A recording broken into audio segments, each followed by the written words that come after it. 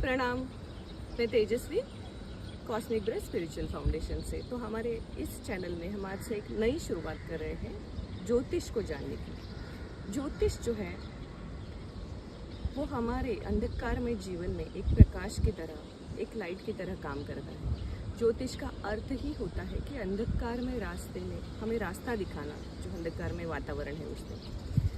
तो जो ज्योतिष है उसे हम धीरे धीरे कैसे सीखेंगे? हम सीखेंगे वेदों के अनुसार, हम सीखेंगे सूत्रों के अनुसार, जो हमारे ऋषि मुनियों में हजारों साल पहले जो सूत्र और ये हमारे ऋषि मुनियों ने बना के रखे हैं, उसी के आधार को एक एक ग्रंथ को लेकर हम धीरे धीरे ज्योतिष सीखेंगे। उसके पहले जस्ट एक थोड़ा सा बिगिनिंग का पार्ट होता है कि ग्रह क्या है, नक्षत्र क्या है, तत्व क्या है, पंचांग क्या है।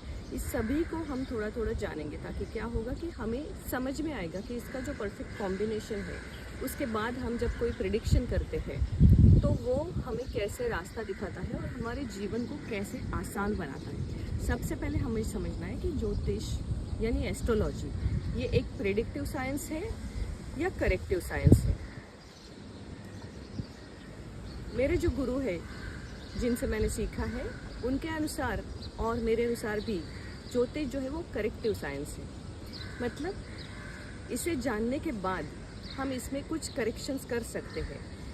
हमारा जो डेस्टिनी प्लान है वो बना बनाया आता है, और उस डेस्टिनी प्लान जो हमारे बर्थ के समय जो आकाश में प्लैनेट्स की पोजीशन होती है उसका एक स्नैपशॉट होता है। तो जहाँ जहाँ वो ग्रह थे उस प्रकार से हमारी कुंडली बनती है। लेकिन वो जो इवेंट्स है उसे कहा जाता है फिक्स इवेंट्स।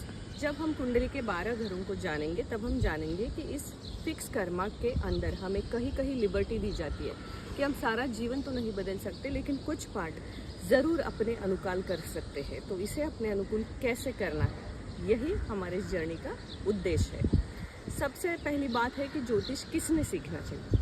तो ज्योतिष हर वो व्यक्ति सीख सकता है जिसे अपने जीवन में बदलाव लाना है। इसके लिए आपको किसी प्रोफेशनल एस्ट्रोलॉजर के पास जाके हर बार अपनी कुंडली दिखाने की ज़रूरत ना पड़े। कम से कम इतना ज्योतिष तो आपको आना ही चाहिए।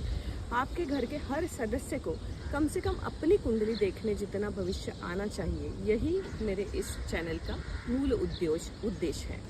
अब हम इसको देखते हैं कि जब हम ग्रहों की बात करते हैं, कारकत्वों की बात करते हैं उनके, और वो ग्रह कहाँ बैठा है उसकी बात करते हैं, तो इस सबको हम एक एक ग्रह के अनुसार, कल से हम एक ग्रह लेंगे और सिर्फ उसी एक ग्रह की बात करेंगे।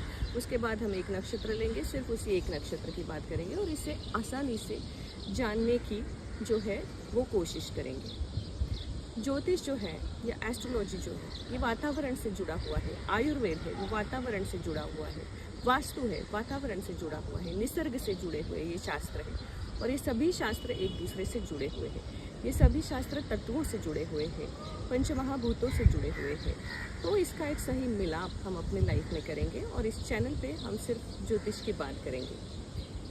तो ये था आज के लिए। कल से हम एक एक ग्रह के साथ आपसे मिलेंगे और डिटेल में इसकी बात करेंगे। आज का पहला वीडियो मैंने सोचा कि मैं वातावरण में इसलिए करूं क्योंकि अगर हमें बात ही पंचमहाभूतों की, ग्रहों की और नक्षत्रों की करनी है, तो क्यों ना शुरुआत भी हम निसर्ग से ही कर लें। तो मिलते हैं कल सुबह से रोज़ एक एक प्लैनेट के साथ। शुभम भवतु।